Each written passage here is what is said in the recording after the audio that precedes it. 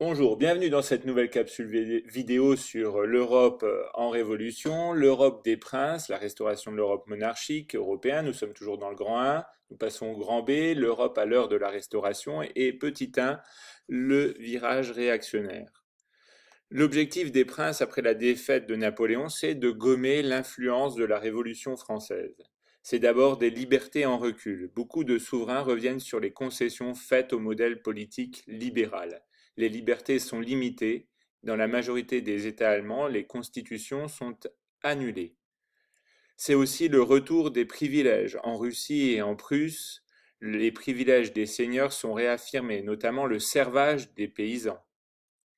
C'est aussi le contrôle de la liberté d'expression. Metternich impose à la Confédération germanique le contrôle des universités, des associations étudiantes et de la censure de la presse. Les princes poursuivent la modernisation des armées, mais instaurent aussi des polices politiques pour écouter, surveiller et censurer les peuples. Petit 2. Des contrastes dans le mouvement réactionnaire. D'abord, la question des nations. De nombreuses nations, Italiens, Allemands, vivent toujours dans plusieurs États séparés.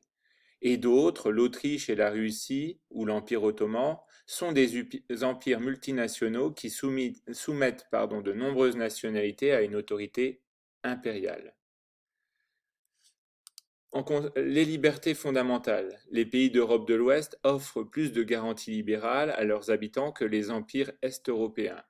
L'Angleterre, les Pays-Bas et la Suisse ont des constitutions qui encadrent l'exercice du pouvoir. En France, la charte constitutionnelle, depuis juin 1814, empêche le retour à l'absolutisme.